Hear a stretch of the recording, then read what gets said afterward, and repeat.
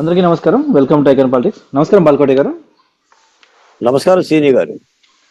Sir, కొత్త ప్రభుత్వం ఇంకా రిజల్ట్స్ వచ్చేసి ఒక వారం రోజుల్లో 10 రోజులు తెలిసిపోతాయి.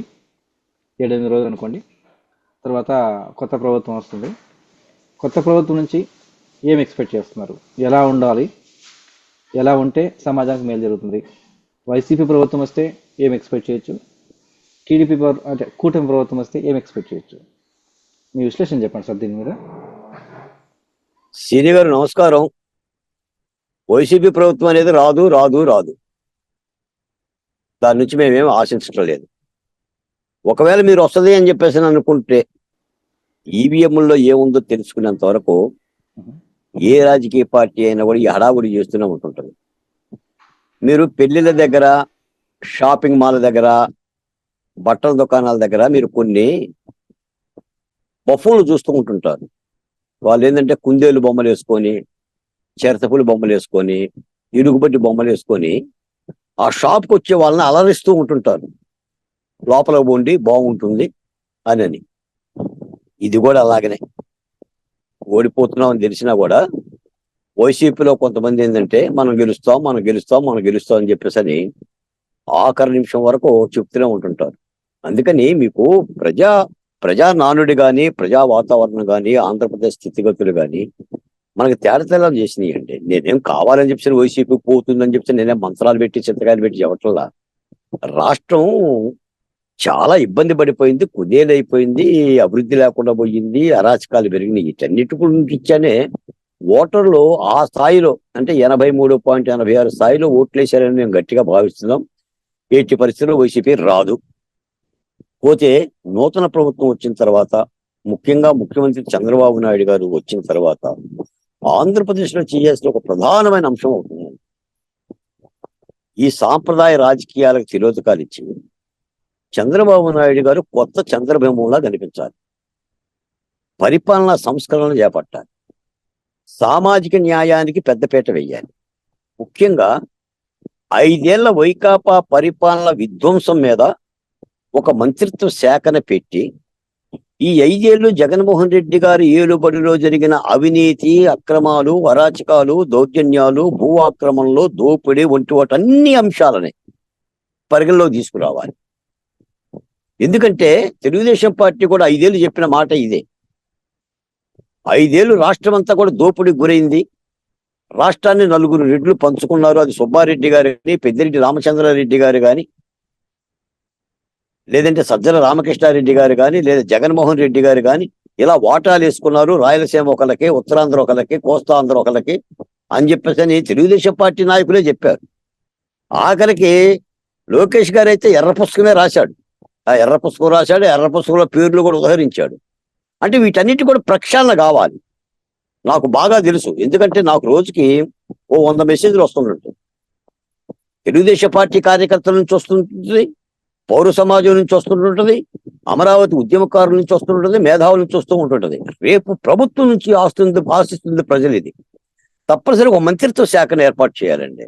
ఏర్పాటు చేసి చట్ట ప్రకారంగానే సిట్టింగ్ జడ్జిల చేత, హైకోర్టు జడ్జిల చేత, సుప్రీంకోర్టు జడ్జిల చేత, నిజ నిర్ధారణ కమిటీల ద్వారా, చట్టబద్ధత కలిగిన సంస్థల ద్వారా రాష్ట్రమంతా విచారించి ఏం చేశారు, ఎక్కడ తాచుపాములు ఉన్నాయి, ఎక్కడ కెట్ల పాములు ఉన్నాయి, ఎక్కడ జిర్రుగుడ్లు ఉన్నాయి, ఎక్కడ కొండ చెరువులు ఉన్నాయి, వీటన్ని కూడా తవ్వి తీయాలండి చంద్రబాబు నాయుడు గారు. తీసి ఈ మంత్రిత్వ శాఖకి దళితున్నే మంత్రిగా పెట్టాలి.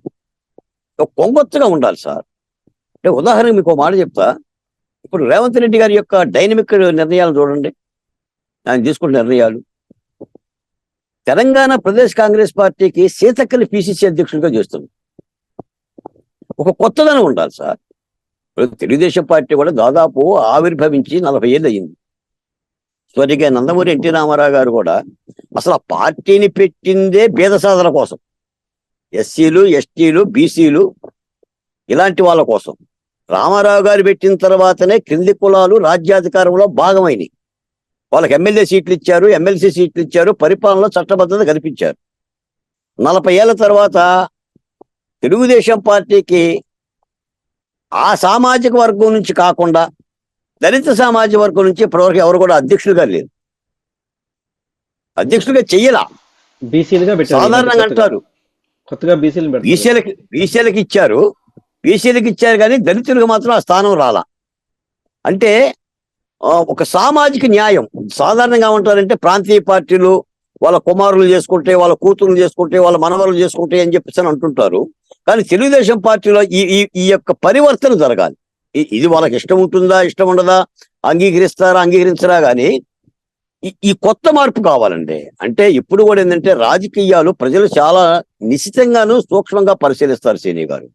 ఇప్పుడు మనం చంద్రబాబు నాయుడు గారి పరిపాలన విషయం కానీ, లేదా జగన్మోహన్ రెడ్డి గారి పరిపాలన విషయం కానీ మనం తీసుకుంటే ప్రజలు అంత అమాయకులు కాదు.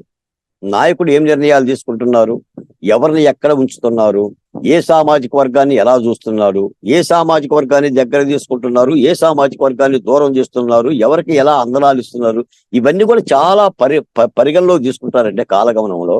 ఇవే రాజకీయ పార్టీలకి అంటే సరైన నిర్ణయాలు తీసుకోకపోతే ఆ పార్టీకి శాపంగా మారిపోతుంది. కాబట్టి ఈ రోజు నేనేం చెప్తున్నానంటే తెలుగుదేశం పార్టీ 5 ఏళ్ల వైసీపీ పరిపాలన విధ్వంసం మీద, అంటే ప్రజావేదిక దగ్గర నుంచి అమరావతి, లేదా మా డాక్టర్ సుధాకరు, అచ్చెన్న, డ్రైవర్ సుబ్రహ్మణ్యం, అబ్దుల్ సలాం, వజీరా, నంద్యాల నాగమ్మ, పులివెందుల మహాలక్ష్మి, అంగన్వాడీ నౌకానమ్మ, అమర్నాథు, లేదంటే మాచెరలో గొంతు కోసి చంపిన చంద్రయ్య, ఇలాంటి సంఘటనలన్నీ మనం ఏకరు పెట్టాం కదా. మరి వీటన్నిటి మీద సమీక్ష చేయాల్సినంత అవసరం ఉంది కదా. వీటన్నిటి మీద ఎందుకు జరిగింది, వీటి కేసులు ఏంటి, వీటి పర్యవసానాలు ఏంటి, ఎంతమందిని అరెస్ట్ చేశారు, ఎంతమందిని అరెస్ట్ చేయలేదు, చట్ట ప్రకారంగా ఎంతమంది కాంపన్సేషన్ ఇచ్చారు, ఎంతమందికి ఇవ్వలేదు, రాష్ట్ర వ్యాప్తంగా ప్రజల దగ్గర నుంచి ఒక నిజ నిర్ధారణ కమిటీగా చట్టబద్ధంగా పర్యటింపజేసి ఒక మంత్రిత్వ శాఖ అందించి చేయాల్సిన అవసరం అయితే ఉందండి. తెలుగుదేశం పార్టీ కార్యకర్తలు, తెలుగుదేశం పార్టీ నాయకులు లేదా ఉద్యమ శక్తులుగా దీన్ని అయితే ఆశిస్తున్నారు. సాధారణంగా ఏంటంటే ప్రభుత్వం మారగానే తెలుగుదేశం పార్టీ ప్రకటించిన మేనిఫెస్టో సూపర్ 6, అలాగనే పోలవరము, అమరావతి, పరిశ్రమల ఏర్పాటు, ఉద్యోగాల కల్పన, లేదా ప్రభుత్వ పరిపాలన గాడిలో పెట్టడం అనేది ఒక సుదీర్ఘమైన ప్రయాణం. ఇది ఒక రోజులోనో, ఒక పూటలోనో, ఒక నెలలోనో, ఒక ఏడాదిలోనో అయ్యే పని కాదు. ఇది ఒక పరిపాలనా క్రమం. వీటన్నిటిని అమలు చేస్తూనే తక్షణం ప్రజల యొక్క ఉపశమనం కోసం, వాళ్ళ ఓదార్పు కోసం ఇవన్నీ కూడా పరిగణలోకి తీసుకోవాలి సార్. ఎందుకంటే తెలుగుదేశం పార్టీ నాయకులను చాలా మందిని అరెస్ట్ చేశారు, గోడలకు అరెస్ట్ చేశారు, జీబుల్లో దిప్పారు, ఆరోగ్యాలు బాగోపోయినా కూడా జైల్లో పెట్టారు. చంద్రబాబు నాయుడు గారిని అయితే 53 రోజులు జైల్లో పెట్టారు. ఆ 53 రోజులు జైల్లో పెట్టిన సందర్భంగా నాలాంటి వాళ్ళు దాన్ని ఖండిస్తే మాలాంటి వాళ్ళని హౌస్ అరెస్ట్ చేశారు, మీలాంటి వాళ్ళని ఇబ్బంది పెట్టారు, మాకు భాష్యాలు కట్టారు, పేర్లు పెట్టారు, తిట్టారు, హననం చేశారు, సోషల్ మీడియాలో పోస్టులు పెడితే అరెస్టులు చేశారు, నోటీసులు ఇచ్చారు, జర్నలిస్టులు హైదరాబాద్ నుంచి ఆంధ్రప్రదేశ్కి రప్పించారు. ఎంత అరాచకమే, ఎంత అరాచకమే. ఆఖరికి అమరావతిలో మహిళల యొక్క చీరలు లాగారు, జాకెట్లు దించారు, రక్తాలు కళ్ళ చూశారు. పోలీసు అధికారులు అయితే మహిళల్ని ఏకవచనం మీద ఎవడేమన్నాడే మిమ్మల్ని భూములు అని చెప్పేసి పరుష పదజాలంతో డిఎస్పీ లాంటి స్థాయి వ్యక్తులు కూడా అరాచకంగా పనిచేశారు. ఈ అరాచకాలకైతే ఉపశమనం కోరాలి. అమరావతి బహుజన జేఏసీగా నేను రానున్న ప్రభుత్వం ముఖ్యంగా చంద్రబాబు నాయుడు గారి దృష్టిలోను, లోకేష్ గారి దృష్టిలో పెట్టే అంశం ఏంటంటే 5 ఏళ్ల విధ్వంసం మీద సమీక్ష చేయండి, ఒక మంత్రిత్వ శాఖను పెట్టండి, ఆ మంత్రిత్వ శాఖకు దళితున్నే మంత్రిగా పెట్టండి, ఆ మంత్రిత్వ శాఖ ఆధ్వర్యాన రాష్ట్రంలో జరిగిన మొత్తం అలజడులని సమీక్షించి ఉపశమనం చేయాలి, చట్టబద్ధ బాధ్యత చేయాలి. దాన్నే పరిపాలన అంటారు. తప్పనిసరిగా భయపడాలి, తప్పు చేసిన వాడు భయపడాలి, నేరం చేసిన వాడు భయపడాలి. ఎందుకంటే ఈ రాష్ట్రంలో గంజాయి దొరుకుతుంది, కొకైన్ దొరుకుతుంది. ఎమ్మెల్సీ అనంతబాబు లాంటి వాళ్ళు యథేచ్ఛగా స్వైర విహారం చేస్తున్నారు. ఆఖరికి కోర్టు శిక్షలు వేసినా కూడా శిరోమండనంలో ఆయన కూడా హ్యాపీగా ఎమ్మెల్యేగా పోటీ చేస్తున్నాడు. చట్టం తన పని తాను చేయాలి సార్. చట్టం గనక శిక్షలు గనక ఇవ్వకపోతే చట్టం కొందరికి చుట్టం అనే భావం కలుగు చేస్తే పేదవాడు అలాగనే ఉంటాడు. కాబట్టి నాకు తెలిసి చంద్రబాబు నాయుడు గారు ఒక కొత్త పరిపాలనా విధానాన్ని, ఎందుకంటే ఇది చాలా చాలా అత్యవసరమైన గడియలో చంద్రబాబు నాయుడు గారికి వయసు రీత్యా కానీ, ఆయన ఆరోగ్యం రీత్యా కానీ, మళ్ళీ 2024 అనేది తెలుగుదేశం పార్టీకి ఒక చరిత్రాత్మకమైన పరిపాలన చూపించాల్సినంత అవసరం ఉంది. కొత్త మార్పుల దిశగా, కొంగొత్త నిర్ణయాల దిశగా దీన్ని తీసుకెళ్లాలి. దీంతో పాటు అమరావతిలో దాదాపుగా 300 పైసలకు రాజధానికి భూములు ఇచ్చిన రైతులు ప్రత్యక్షంగా కానీ పరోక్షంగా కానీ ఈ ఉద్యమ నేపథ్యంలో వసూలు బాశారు. మందడంలో గద్దె ప్రభావతి, మార్టిన్ మార్టిన్ అలాగే పెద్ద పెరిమిలో బాలయ్య ఇలాంటి ఇత్యాది చాలా మంది చనిపోయారు.